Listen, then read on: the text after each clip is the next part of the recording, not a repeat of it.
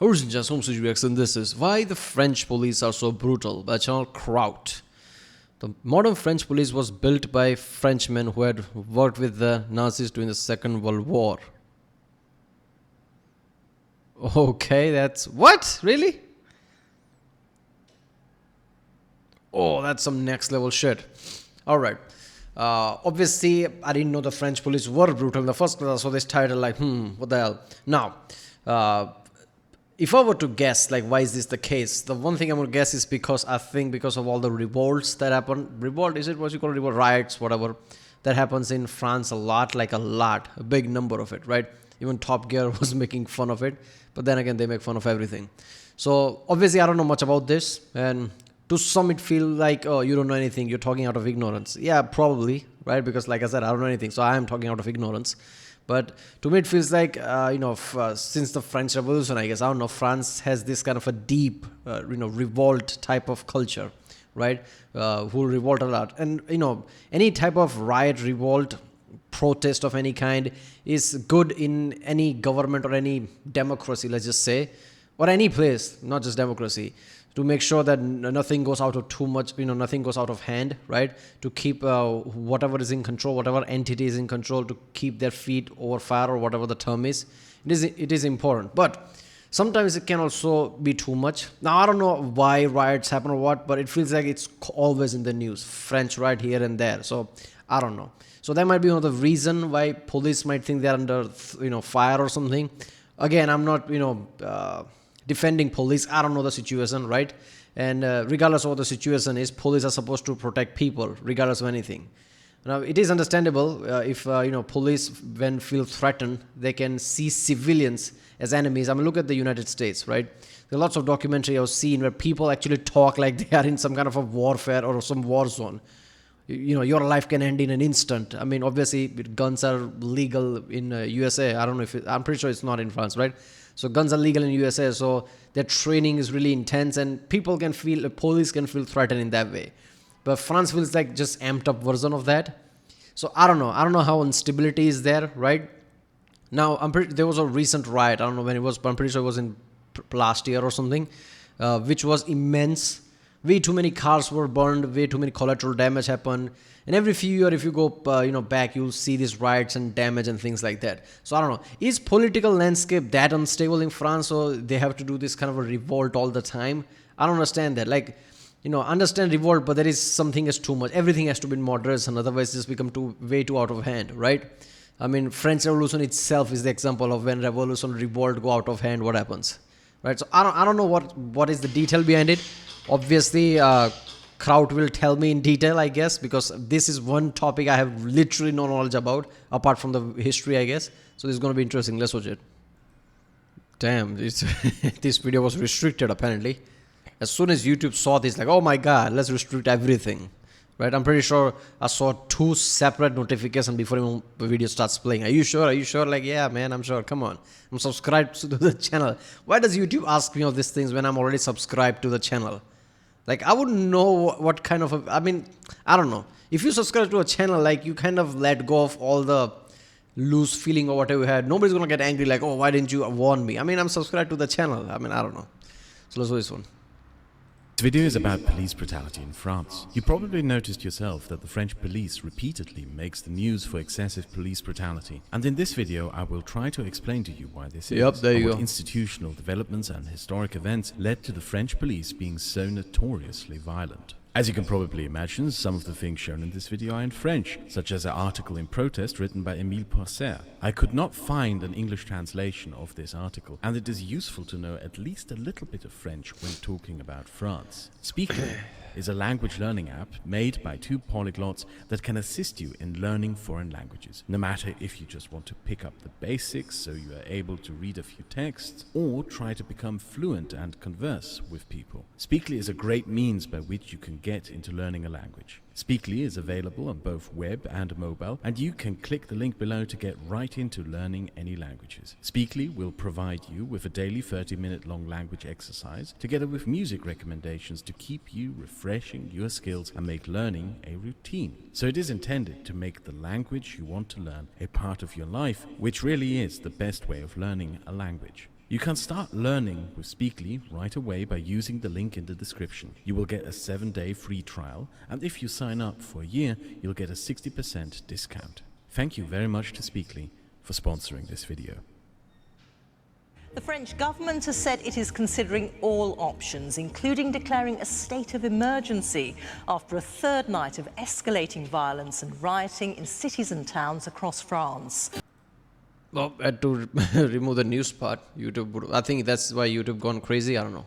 Police brutality, the first thing that comes to most of our minds is the United States. We Europeans like to point our fingers at the Americans when this topic comes up. But if we are honest, that is really dishonest. The Athens Police Department was for decades notorious for its corruption and abuse of power. For a long time, the Greek police was considered to be the worst in Europe. But there's one European country in particular that stands out in this conversation. As much as we Europeans like to tell ourselves that we have better functioning and more humane police services than the Americans, there is one country whose police record rips that comforting but I mean, I don't think that's the case, right? I mean, I feel like most people, anyone with two brain cells probably already know this, that obviously there are many European countries that are unstable. At a large scale, people, see United States because United States is really big, 300 million people, 300 plus, 400, close to 400 now.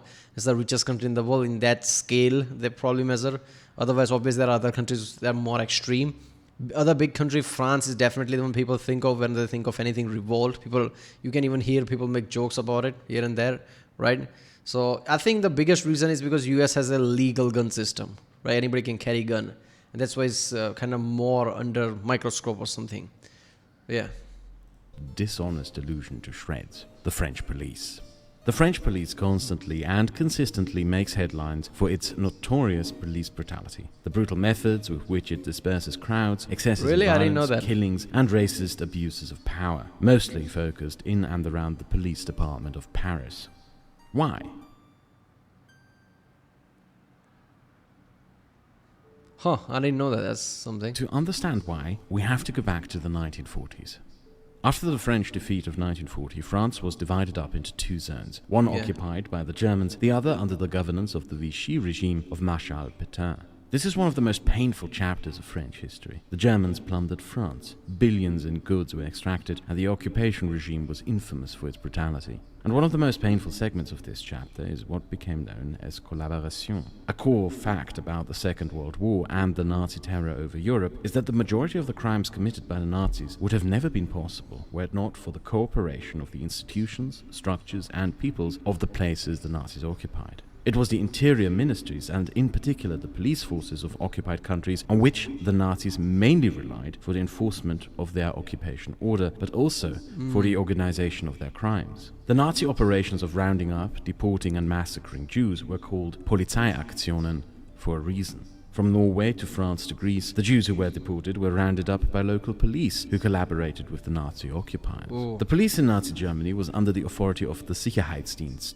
SD, which was a branch of the SS. And what many do not know, or often forget, is that the SS Einsatzkommanders, which carried out the mass murders of Jews in Poland, Lithuania, Belarus and Ukraine, consisted almost entirely of German police officers. One has to imagine that regular German street cops received their orders to conduct a so-called Polizeiaktion on the Eastern Front. They were armed and shipped out just behind the front lines of the Eastern Front, where they spent months shooting. It is really surprising, right? Like around that time with the SS and everything, they acted like they are following some kind of a code or something, like they are doing things legally or some shit.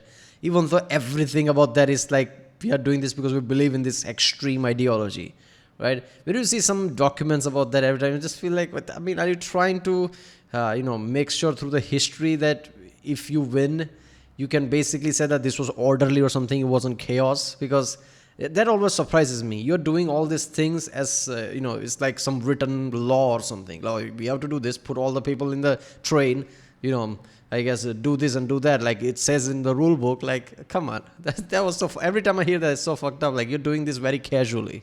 Jews at death pits, after which they returned to police duty in German cities as if nothing had ever happened. After the Second World War, this aspect of the Nazi terror and rule was largely forgotten. There were police officers working the streets of West and East Germany who had spent the war murdering thousands of men, women and children over death pits, and now just melted back into society as supposedly respectable professionals in service of society. By the 1960s, the German reckoning with history began, and we began seeing a gradual change. It is ironically in the countries that Germany had occupied where these What was the movie? Glorious Bastards? That's the one, the first scene with that actor. I'm forgetting his name. Really good one, right? Like where basically he goes there, go to some kind of a farm where, the guy's hiding people under the floor or something. And he finds out, somebody runs. I'm pretty sure that's Inglourious Basterds, right? Yeah, so that was some intense. I mean, obviously the actor is intense. So obviously in movies, director, I mean, come on. But yeah, I think that's the only movie or anything depicting that made it so intense. I still remember that scene the first time I saw it. It was really intense, every single second. Now imagine reality. How intense would that be? That's just horrible. legacies in occupation through collaboration were often left to fester to their worst extent. Maurice Papon was a French civil servant who during the Nazi occupation was appointed the general inspector on the Jewish question over the territories occupied by the Germans in France. In this position, Maurice Papon became the boss of the French police in Nazi-occupied France. He restructured and reorganized the French police, heavily centralized in Paris, as an organization that worked for the Nazi occupation. No longer in service of France, the police of France became an institution at war with France as part of an occupation of France. Instead of investigating crimes in France, the French police became an instrument of committing crimes against the French. Instead of serving the French, the police now helped arrest and torture members of the Resistance. They helped round up French civilians to be deported for forced labor in Germany. They helped establish a Gestapo system of organized mass torture. And they assisted the Germans in acts of brutal revenge as punishment for acts of resistance, in which notoriously 10 French citizens were shot by the Germans for every German killed in France by the Resistance. Maurice Papon. See, the thing is, whenever you see something, like let's say police, right? And people have this kind of a mentality at a local scale. Obviously, that's where you live. You're not going to think about the grander structure of things. So you're going to think of police, and police is somebody who's supposed to protect me. Obviously, there's that. But then you need to ask, like, police, what is powering that police? What is the state that is powering that police? What is police policing? And what for? Right? So if you're, Nazi-occupied France, a police that is powered by the Nazis, basically, who has no intention of, making sure the French people stays right or protect them in any way. At that point, it becomes obvious, like, this is like a authoritarian thing, rather than it's a terror squad more than police, right? I mean, when I see things like this, that Second Amendment thing of United States makes sense to me, right? Then again, I feel like United States is way too big to fail in any scale like that, where they need to do anything about the police or something. Because if that day comes, it's going to be way too big of collapse and way too big of an issue than to worry about police or something, or somebody rising up, or any kind of militia needing, right? Because that would be like a major collapse where civilization collapses. Because that's the stage of United States right now. It can't collapse at that level, otherwise everything collapses around it. But still, I can understand that. So that's the thing. Police have always been an entity who, enforces the law given by the whatever entity is running it. Now, it depends. Is it a democracy? Is it, like, if it's some kind of a, like, look at North Korea. What do you think North Korean police, even if there is police or just military or no, what is North Korean police doing? You think they care about civilian or care about forcing whatever North Korean dictator or government says, right? So it doesn't feel that far-fetched, like, police doing some shit. Like, there's way too many history of that.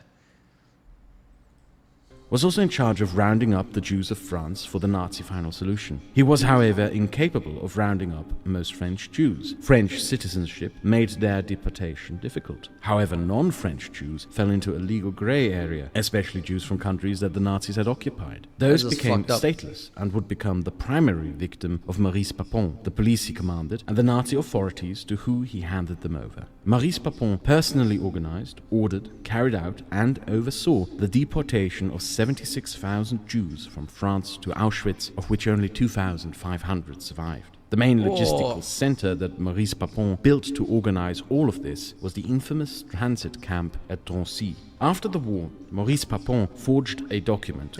See, this is the reason where anytime somebody depicts, Vichy France or whatever, right? Like, the only game I can think of is Saboteur, you always fight police, because at that point they are the kind of enemy in a situation like this, right? So yeah, this was really after, like, this is the start of like the description of modern French police was built by this Frenchman. This is the start of, like, there are real issues at the root. I guess French people has to basically check that, make sure that all the issues are put aside, create more rules and regulation around it, because if that's the base of it, it's always going to be an issue. Crediting himself as a member of the French resistance, he successfully managed to hide his involvement in everything that he had organized and commanded, and disguised himself as a meek little French bureaucrat who worked under difficult circumstances while secretly, supposedly working for the resistance. Charles de Gaulle commended him as a man who worked with honor under difficult circumstances, and made Maurice Papon the prefect of Corsica with the main job of suppressing Corsican separatism. After doing that job successfully, he was made the chief of police in the French Protectorate of Morocco in 1954 and of French Algeria in 1956, with the task of establishing and maintaining order. In French Algeria, Maurice Papon oversaw the establishment of a state-run torture network in which the French authorities systematically tortured Algerians. What is striking is that Maurice Papon established in Algeria a system of state-managed mass torture that was almost the exact same as the Gestapo system that was built in Nazi-occupied France by Klaus Barbie. A system that Maurice Papon, one of the chief collaborators in Nazi-occupied France, was very familiar with, and which he now copied in the service of French imperialism in Algeria. In 1958, when the Algerian independence movement... Seriously, that's just like... everything can be diluted when you look at a different angle, right? Any fucked up thing, I'm pretty sure there's a guy, anyone out there who can justify literally anything. So to me, it's like the simplest thing you need to think of. Like, are you using way too unethical things to achieve your goal? Then you're already wrong. Doesn't matter what it is, right? Doesn't matter how good you think, or doesn't matter how you think your situation is so bad that you have to do bad things. Doesn't matter. If you're doing this kind of a bad thing, regardless who you are, you're using this kind of tactics, you're automatically wrong. You don't even have to look for, like, how am I going to be seen 50 years from now? You're going to be seen as bad because you're using way too unethical things. FLN started being active in France. Charles de Gaulle appointed Maurice Papon as the chief of the Paris police department to restore order. This series of events that began with the Nazi occupation of France in 1941 had a substantial impact on the French police and the security institutions of the French state. It meant that after the Second World War, Frenchmen who had worked with and for the Nazis and assisted in the crimes of the Nazis as part of the occupation of France remained in charge of, or at least in employment with, the post-war French state, and were put in charge of the security apparatus of the remaining French colonies, most prominently in the police of mainland France, whose boss was one of the leading Nazi collaborators and commanded a police that consisted, by and large, of Nazi collaborators. Under Nazi rule, the French police had been transformed into an institution at war with France, and after that war, the French state failed to undo that transformation. Instead, it swept it under a rug. The police of France remained an institution at war with France, but far more crucially, at war with the stateless outliers who found themselves within a legal grey area because of the policies of the French Empire. During the Nazi occupation, those outliers in the grey area had been the Jews. Now, after the war, it was the Vietnamese, Cambodians, Senegalese, Congolese, Tunisians, Moroccans, but above all, the Algerians. Oh. Damn. The men who had worked for the Nazis came to be in charge of the French police at the height of the Algerian War for Independence. And we see their methods and means reflected in how, for example, the French state refused to call the Algerian War a war, and instead referred to the war as an action policière, using similar administrative euphemisms that the Nazis had used in the lands they had occupied, such as pacification. This does not shift away the blame. If Putin's going to say this is special military operation, you really think they are going to say this is war? Like, come on. Putin actually does an invasion, then like, okay, this is special military operation. Are you doing an invasion of war? No, this is special military operation. Like, people use words and basically try to paint anything. Like, even though they know that nobody's going to buy this shit, they basically try to escape on technicality. That's what that was happened. They know that it's going to buy them some time at least. Many French commanders of the Algerian War were also commanders in the Free French Army, but it reflects a worrying legacy. The brutality with which the French police acted and would come to be known, as well as the means by which some of the security organs of the state engaged, were a symptom of a French failure to confront a dangerous historical legacy. Algeria was at the time officially a part of France and supposedly not a colony. Algerians who had for a long time been treated as second-class citizens were given, in theory, equal status with the rest of France, but in practice still had a parallel status. The Statute of 1947 governing Algeria defines Algeria as a group of départements endowed with civil personality, financial autonomy, and a particular organization. This so-called particular organization is the avowment of the difference between mainland France and Algeria and the rights of the people living under both. For instance, Algerian women were forbidden from participating in politics despite French women being allowed to do so, because the Algerian Assembly refused it for them. This assembly was not comprised mostly of Algerians, but by half of French citizens and by half of both the French-aligned Algerian elite and the Algerian Muslim population, as it was called. As a result, not only was there in practice no popular sovereignty of the Algerian population, but the Algerian legislative was not even in tune with the egalitarianism of the French mainland, despite being controlled by it. So in practice, despite all the legal babble... Yep, one thing I've noticed throughout the history is that regardless how many laws you make, regardless of how equal you try to make it through any kind of a hard fight of any kind, political or whatever, in the end people will be racist because there's like a hard difference between certain people, right? If there's a difference, you can see it, people will be racist. That's the one thing I've noticed throughout the history. It doesn't matter who it is. France is one of the, if not the most country that actually makes sure that all of their colonies or whatever is part of actually mainland France. So you think like, oh, look at that. They don't treat something as some kind of a colonized place. They treat them as France. But when you go, go deeper, things like this, you realize like, okay, there's clearly racism there. Right? Doesn't matter how much they try to integrate as the mainland, it doesn't work. Algeria was still a colony. The legal babble was in essence nothing but an attempt to hide the fact that Algeria was a colony and that Algerians fell into a semi-stateless It's just France, what you talking about, right? disenfranchised grey area of the law. In mainland France, after a series of targeted assassinations of French police officers by the FLN, Maurice Papon issued a set of illegal police directives that banned Algerians from public spaces like theatres, concerts and sports stadiums. He also issued a curfew banning Algerians from going out after 8 p.m. Officially this was illegal, and Maurice Papon knew this. His directives never use words such as banned or forbidden, but euphemisms like "I recommend you do not" or "I suggest you do not," which is extremely similar to how the Nazis disguised their intentions in occupied countries with euphemisms. Maurice Papon riled up the police force to act more violently. In a directive to the French police in 1961, the talk like that is so extreme, right? Even Putin is sometimes like, I'm just gifted that way. People who goes against me, something befalls them. That's how nature works or something. Like, okay, come on, man. Are you fooling at this point?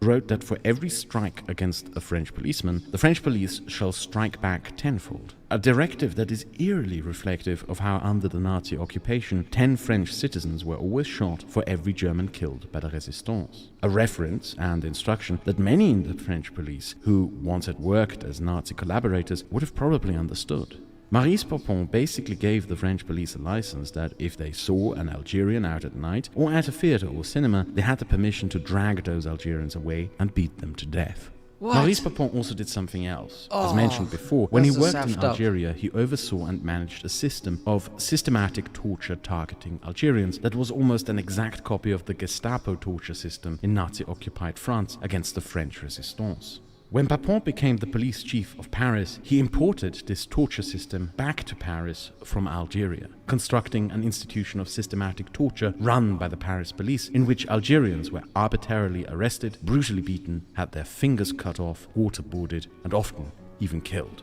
A system of torture invented in Nazi-occupied France by the Gestapo was brought to Algeria by those who had worked with the Nazis and then brought back to France by those same men in the late 1950s. By the time Papon became police prefect, many French police officers had already joined a domestic French terrorist organization, the Organisation de l'Armée Secrète, or OAS. The OAS was created in 1961 as a response to de Gaulle increasingly pulling out of Algeria and acknowledging that the war for Algeria was lost. The OAS was founded at a secret meeting in Francoist Spain by a conspiracy of far-right French officials who wanted to enforce French rule over Algeria with an escalation of extreme violence against Algerians. De Gaulle escaped an assassination attempt and then ordered Papon to take back control over the French police. The means to do this would be through violence against Algerians, and Papon did this through organizing a massacre.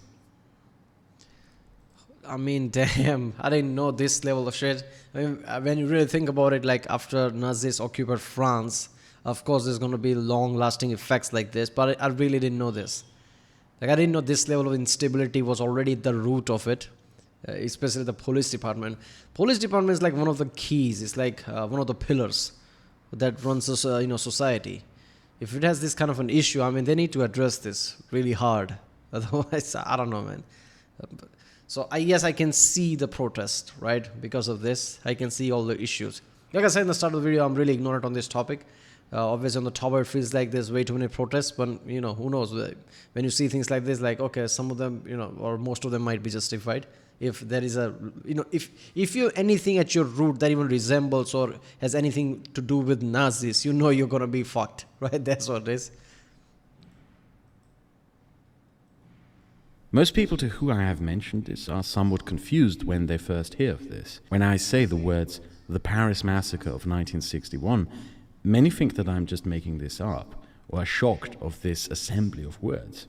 Massacre is a word that we associate with dictators, with undemocratic regimes, with tyrants and war criminals. Massacres, especially massacres carried out by officials of a state, are not something that we believe can happen in a democratic and supposedly free country. Massacre is what happened under the Nazis. Massacre is what happened in Hungary in 1956, in Prague in 1968, in Srebrenica, but not here.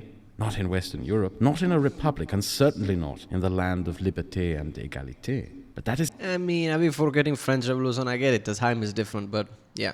I mean, that's the thing. A lot of things feel like, oh, this can't happen. We're pretty sure there's a historical precedent there, right? And you would feel like a democratic, close to democratic state. It's really hard, but yeah, who knows, especially when you have background like this, right, where your police chief was basically inspired by Nazis at this, yeah.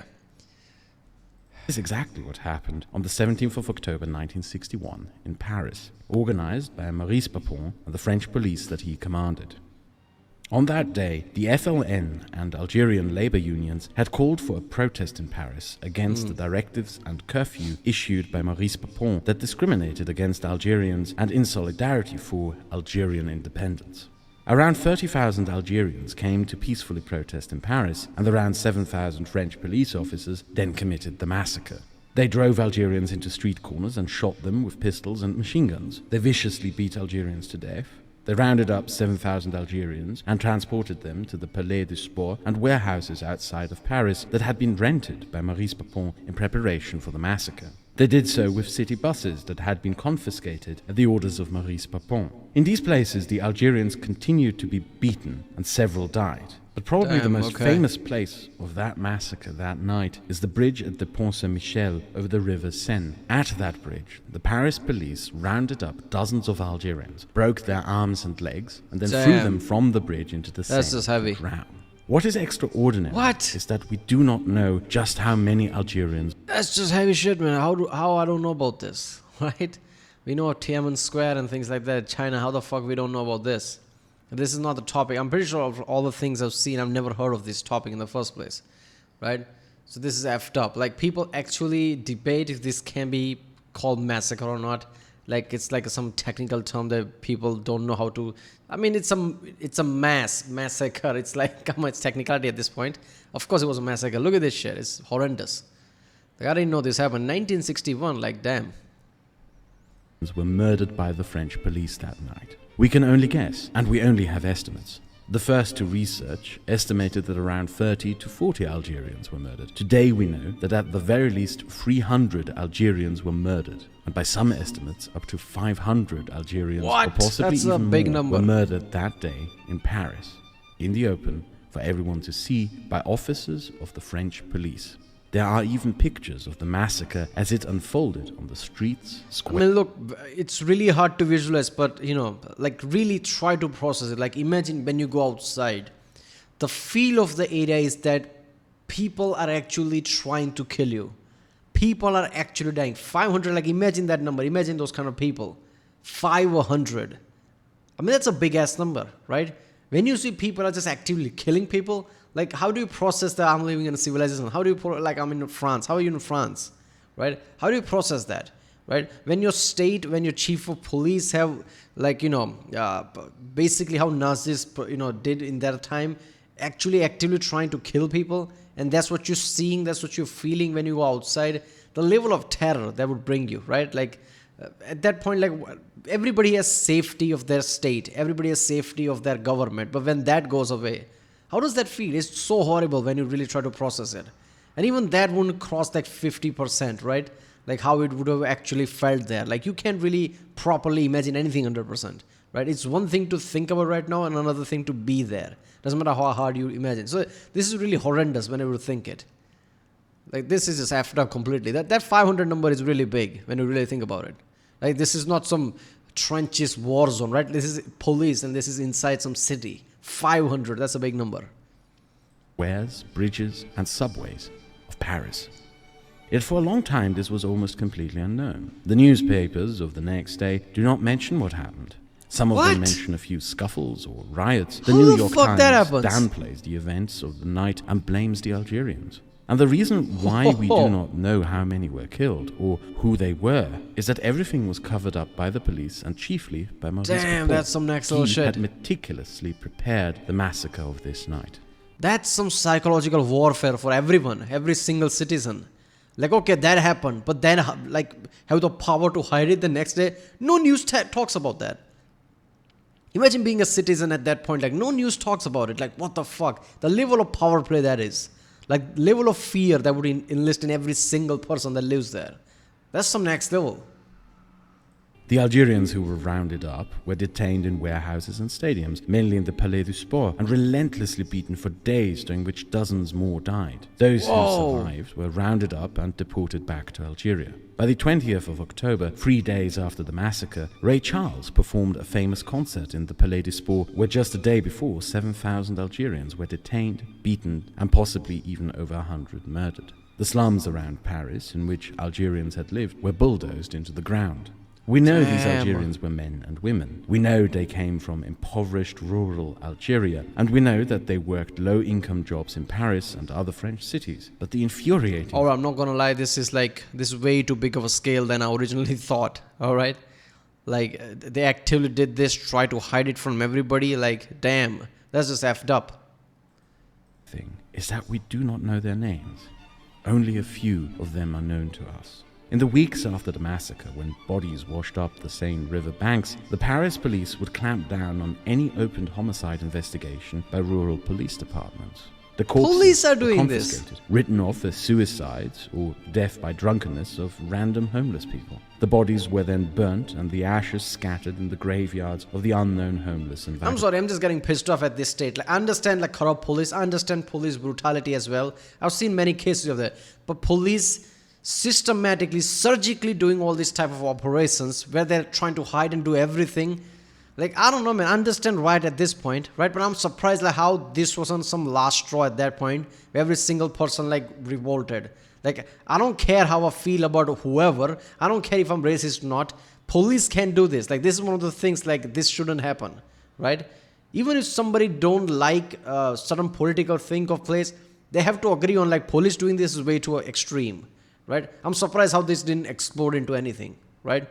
I mean, I don't know how the landscape was in 1961, but yeah, that things like this surprises me, like how every single body didn't just, lost their mind. Because regardless of who you are, if you're every single citizen that you have basically protest at that point, you don't have power after that. The police cannot outnumber the civilians, right? There's a reason why nobody just out, point blank dictatorially do something, because they fear the wrath of people in the end, right? So this is just way too fucked up, man. This is kind of pissing me off. I didn't know this shit happened. I mean, I understand the comments now. Like, comments, every single comment I'm seeing is really strong in that way. Like, first I'm like, okay, what happened? The comments are like this, but this happened apparently. The bodies of those beaten to death had their death certificates falsified as suicides, accidental deaths, or other causes This of is death. way surgical, All man. we know is that there was a sudden spike in the records of death that night and the following days, which can only be explained with the violent, systematic murders of hundreds of people within a very short period of time. In the weeks, months, and years after this massacre, it is as if these human beings had never existed, or had only existed in the vaguely to barely known of moments of their unknown deaths. Maurice Papon was again in charge of covering everything up, hiding the paper trails and destroying the evidence of what had happened. It is striking that the same men who 20 years before had deported Jews from France to Auschwitz under Nazi occupation had carried out the largest systematic mass murder that ever happened in a democracy. They did so in the open, and not one of them was ever prosecuted or held accountable for what they did that night. The officers who committed the massacre continued their careers and constructed the institutions of what the French police continues to be to this very day. Damn. Maurice Papon continued his career and was widely regarded in France as a reliable and honorable civil servant. He left the public sector in 1967 to become CEO of the aerospace company that would later merge into EADS. He was elected as a representative in the French Parliament in 1968 and began a career as a conservative politician, re-elected twice and served in the French Parliament until 1981. He became Minister for Budget Management under Raymond Barre. Under the French President Valéry Giscard d'Estaing, he acted as the main man of contact between the French government and the Argentine fascist junta to broker deals for selling French weapons to the Argentinian junta and to Augusto Pinochet.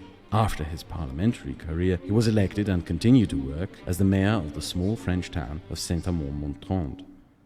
It was not until the election of François Mitterrand that the career of Maurice Papon came to an end.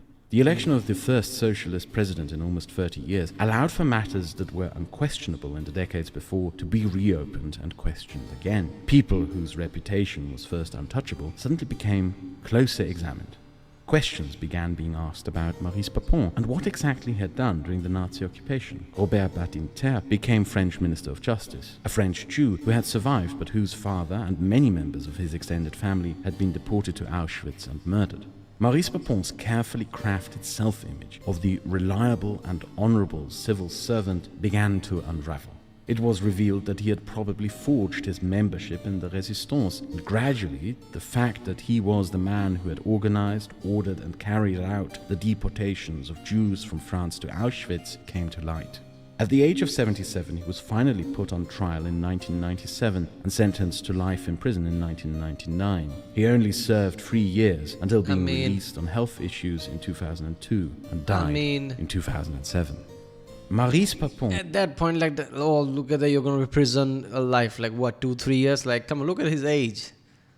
He escaped justice, let's be honest, right? You can find solace that maybe like last moments or whatever, at least he's spent in jail or something, but that doesn't matter that much.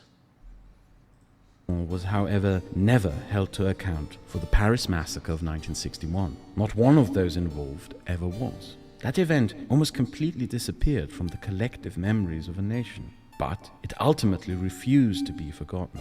Here We Drown Algerians is a graffiti that an unknown student made in protest on the Point Saint-Michel bridge a week after the massacre in 1961. Ooh. The bridge where the French police rounded up Algerians, broke their arms and legs, and threw them into the Seine to drown.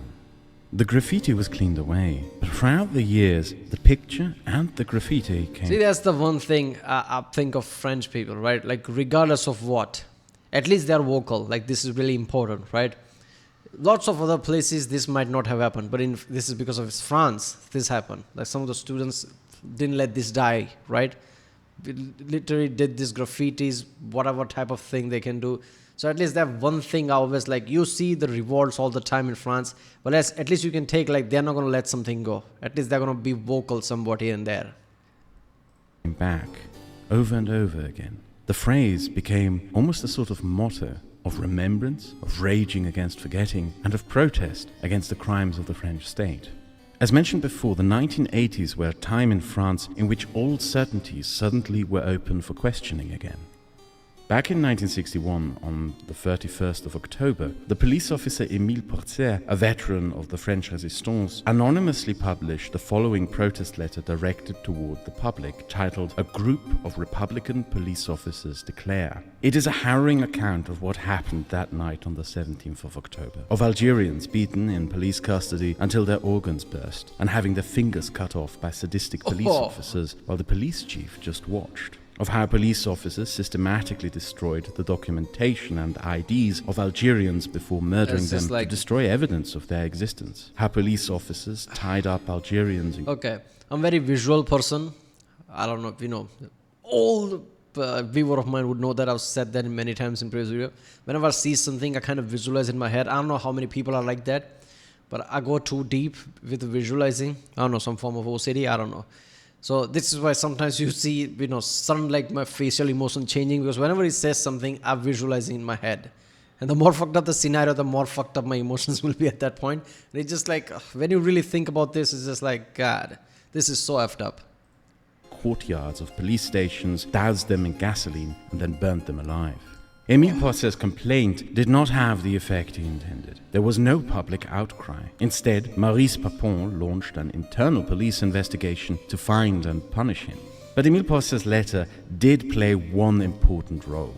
It was a record of what happened, testimony of what happened. Small as it may seem at the time, it would ensure that events would not be forgotten. Yes, and easily. that a document of reference would continue. Although I just thought like, oh, maybe this will like, I can control this, so might as well do it. But what he did basically solidified that people will not forget about this. That's so good. Continue to exist together with the memories. People remembered. In 1990, the police archives were finally opened to historians, and the events began to be pieced together. In 1991, Imagine the those communist historians' activist face. Jean-Luc Englot. Imagine those people like, oh, look at that. Okay, finally we got the hands on these goods. Opening all the records, like, what the fuck? He published La Bataille de Paris and finally broke open a public conversation in France over what happened. He exaggerated the number of Algerians who were murdered, but nonetheless, it allowed for an investigation and research to finally be conducted in earnest. 10 years later, in 2001, the city of Paris became the first institution of the French state to acknowledge what happened through the mayor of Paris, Bertrand Delaunay, who unveiled a memorial.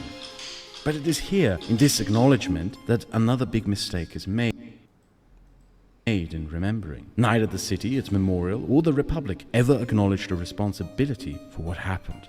Instead, the fingers were always pointed at Maurice Papon. Maurice Papon was and continues to be the man everyone points at as ultimately responsible. The structures that enabled his rise to power are infrequently discussed and mostly disguised. If you ever go to Paris, you will notice that the memorial is no longer at the bridge. That is because it was continuously broken and vandalized. It is suspected, possibly even by members of the French police. What? A new memorial had to be constructed several feet away That's from so the effed bridge, up even out of today. sight, and therefore better protected. What France failed... People having feelings about that, people actively having feelings about that element and actually trying to destroy the monument. Even today, it feels like too strong, man. Which means police still have that kind of a feeling from that point. Police still have those kind of mentality, if that's the case. Like that's a scary thought, man. I don't know, man. Now, every time I hear any protest from France, I really need to dig deep from now on after hearing this, because I don't know, man. France as a whole, like some politician needs to come forward and say, like, if you elect me, I'm gonna look into the structure of police and whatever. They have to do that, otherwise, I don't know. This feels like really problematic. To do, and so far continues to fail at doing, is to acknowledge the institutional legacy that caused what happened that night in 1961. A failure to confront institutional legacies. Every time you see a headline of a brutal police killing in France, in which someone with a migrant background is brutally killed, every time you read headlines of French police acting in a completely over-the-top brutality against protesters or just ordinary football fans, or every time you read news headlines of French police officers and French police bosses tolerating neo-Nazi marches or having ties to neo-Nazis revealed, then you are seeing an echo of an institutional legacy. You are seeing the ghost of 1941. You are seeing the ghost of Vichy. Not right, you are seeing the ghost of Drancy. You are seeing the ghost of 1961. You are seeing the ghost of Maurice Papon, and the ghosts of all those who worked for him in the name of the French state. But this does not... Look, I'm sorry. Look, at that time, understand the way they came from it, from which it comes from or whatever, all that shit, and at least in the past, it can make sense. In 2023, it doesn't, right? Police are still having that kind of a mentality, still being like that. Knowing how France is today, it's not okay. Like, this is seriously fucked up. You can't really compare this to anything United States does, right? I would understand if police felt threatened. That's the case with United States, where everybody has a gun, right? They constantly felt threatened, and then there's going to be some racism there.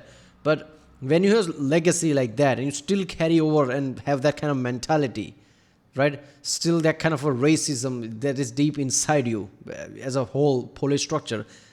France really need to do something about this. Like, this is not okay in 2023, right? 1961, all that, all the way to now, this doesn't make sense. Like, people were actually destroying, the police were actually destroying that monument, allegedly, whatever, right? That's just so fucked up, right? This doesn't make sense in today's world. They really need to fix this. This is a big hole in this structure. This will cause problem. Not just concern France. This is one of the main differences between police brutality in the United States and Europe. The extent of police brutality in European countries correlates with the Nazi occupation and the extent of a subsequent lacking denazification.